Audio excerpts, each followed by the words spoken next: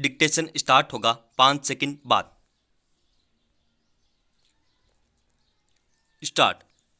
Corona की कथित दूसरी लहर उतार पर है, विराम। इस बीच तीसरी लहर की आशंका है, विराम।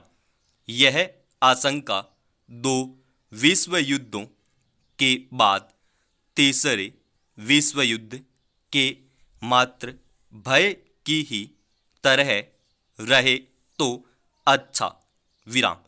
हमें अब इन 1.5-2 साल के अनुभव को ही आधार मानकर जीवन ढालना होगा, विराम।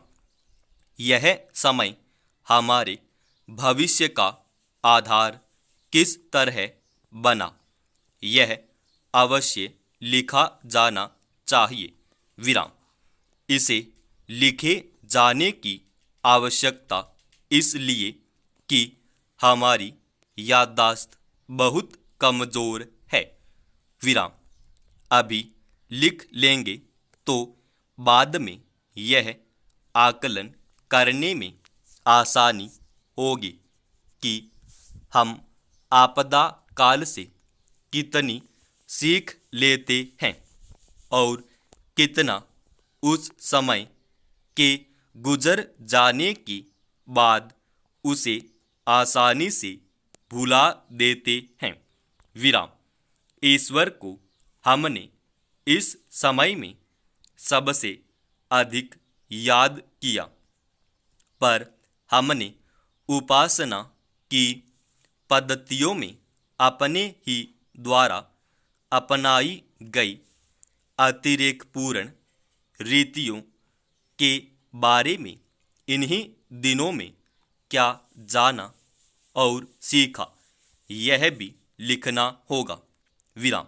हमें यह भी लिखना होगा कि हमारा आपदा प्रबंधन तंत्र आपदा से निपटने के लिए एक सीमा तक ही तैयार रहता है और चढ़ाई पर चढ़ते तांगे की तरह अधिक सवारियां होने पर या चढ़ाई कठिन होने पर उलटने लगता है, विराम। प्रवासी होना जीवन का एक अंग है, चाहे वे पक्षी हों या हम इंसान, पर इसमें समय और संख्या की सीमा और अपने मूल को न भूलना भी अनिवार्य अंग हैं, विराम। संक्रमण से फैलने वाली बड़ी बीमारियां यह सीख देती हैं कि जहां तक संभव हो हम अपने अपने क्षेत्र में ही स्थायी डेरा डालें, विराम। विडंबना यह है कि आबादियां बड़ी से बड़ी बसावटों की ओर पलायन कर रही हैं और मुसीबत में इसका ठीक उल्टा प्रवाह होता है, विराम। हड़बड़ाहट में लोग लौटने लगते हैं, विराम। हमने यह स्पष्ट देख लिया कि आपदा में कई चीजें कितना भी दाम चुकाने पर नहीं मिलती और यह भी कि हम में से ही कुछ लोग इस अवसर को भुनाने में लग जाते हैं, विराम।